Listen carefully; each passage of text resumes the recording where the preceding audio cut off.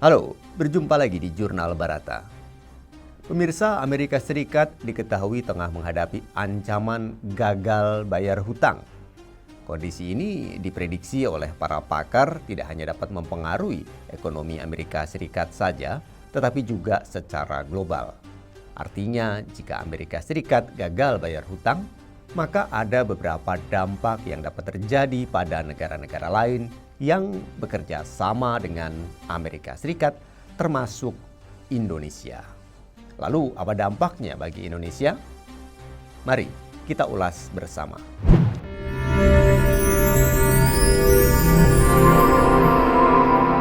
Jurnal Barata. Kabar terkait Amerika Serikat yang berisiko gagal bayar hutang sepertinya sudah mencuat sejak awal tahun, dan berdasarkan catatan Departemen Keuangan Federal Amerika Serikat, hutang mereka mencapai 31,4 triliun dolar Amerika Serikat atau sekitar 468 ribu triliun rupiah. Tentu ini menjadi hutang yang terbesar di dunia.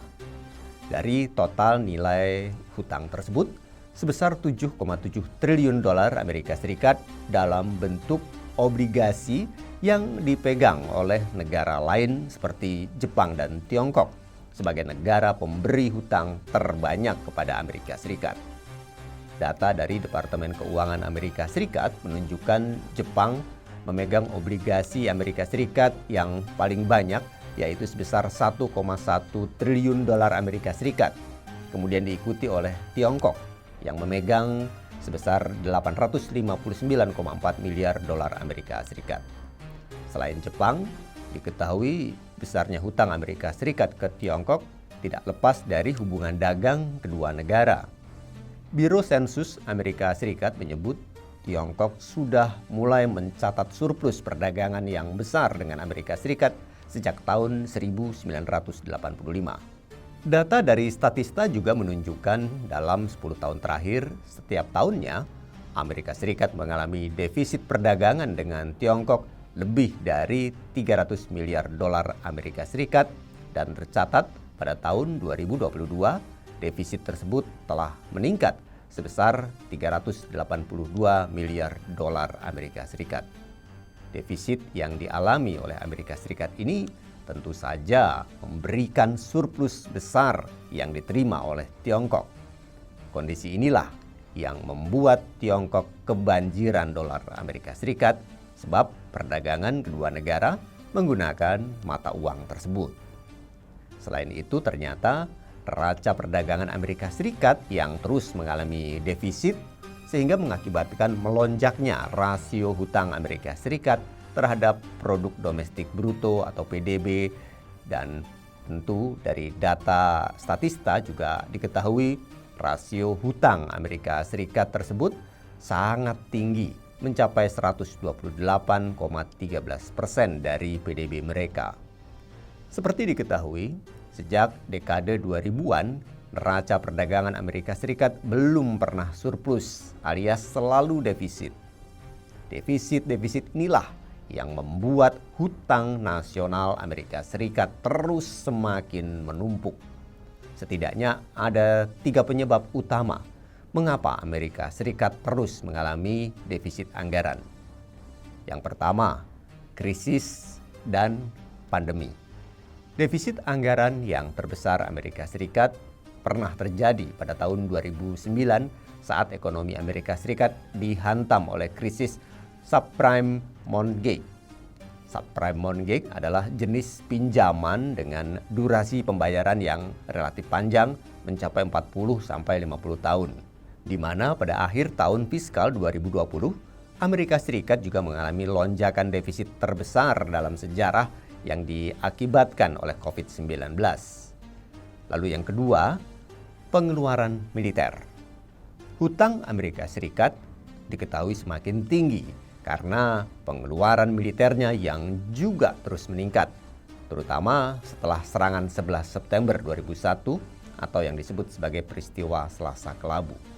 Kemudian perang di Irak tahun 2003 sampai 2013, ditambah perang di Afghanistan Semua itu memakan biaya yang sangat besar.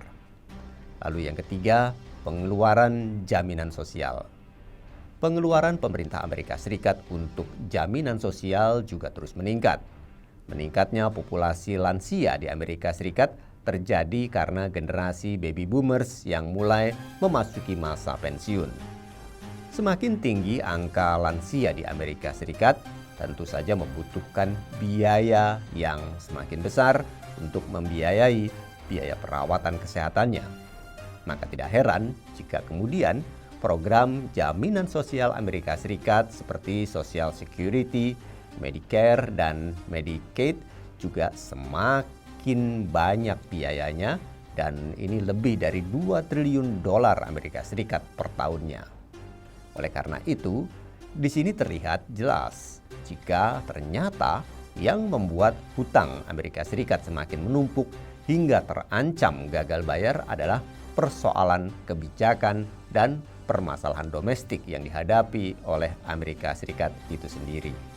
Bukan karena adanya jebakan hutang oleh negara lain yang notabene hanya sekitar 7,7 triliun dolar Amerika Serikat dari total hutang Amerika Serikat yang sebesar 31,4 triliun dolar Amerika Serikat.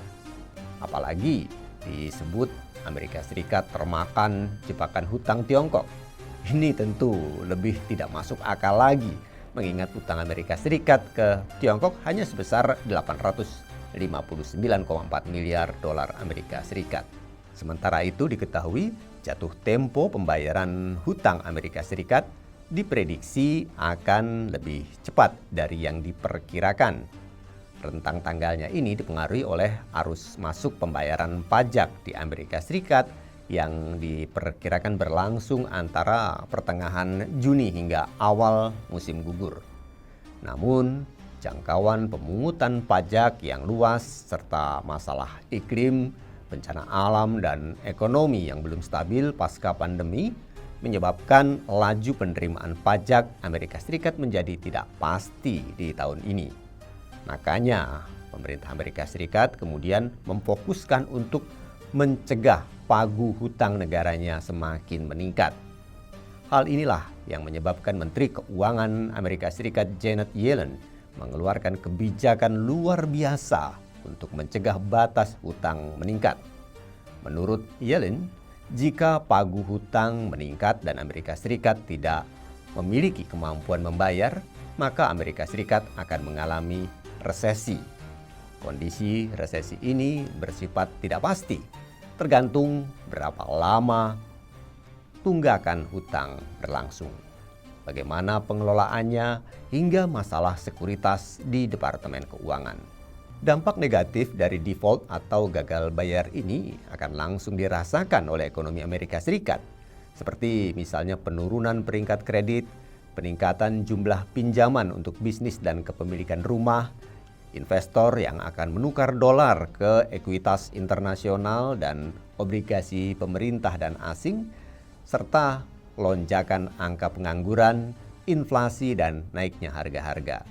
Dan tentunya kegagalan bayar hutang Amerika Serikat juga dapat berpengaruh secara global.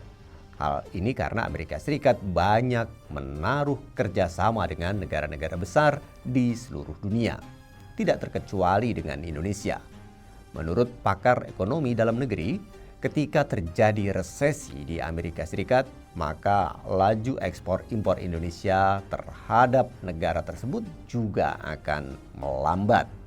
Selain itu, default utang Amerika Serikat kemungkinan besar juga akan memicu gelombang kejutan di pasar keuangan global. Hal ini karena investor kehilangan kepercayaan pada kemampuan pemerintah Amerika Serikat dalam membayar obligasinya. Akibatnya, nilai obligasi pemerintah Amerika Serikat akan semakin menurun, menyebabkan banyak negara yang berinvestasi akan mengalami kerugian. Hal ini tentu akan mempengaruhi Indonesia yang pada tahun 2021 lalu membeli obligasi Amerika Serikat. Berdasarkan data dari Departemen Keuangan Amerika Serikat per Juli 2021, Indonesia membeli obligasi Amerika Serikat senilai 22,58 miliar dolar Amerika Serikat. Tidak hanya itu, beberapa negara besar seperti Tiongkok dan Jepang kemungkinan juga akan terdampak default Amerika Serikat ini. Hal inilah kemudian yang mempengaruhi kerjasama mereka dengan Indonesia. Dengan kata lain, Indonesia juga akan mengalami dampak tidak langsung. Dari sini kita mungkin bisa mengambil kesimpulan bahwa lonjakan hutang Amerika Serikat tidak perlu dikhawatirkan, sebab Amerika Serikat adalah negara adidaya dalam segala bidang dan tidak mungkin jika mereka sampai kolaps. Namun hal itu tidak dapat dipastikan mengingat adanya perlambatan pertumbuhan ekonomi Amerika Serikat saat ini. Oleh karena itu, baik ekonom, investor, dan para analis keuangan kini mulai mengkritisi lonjakan hutang Amerika Serikat serta perlambatan pertumbuhan ekonominya.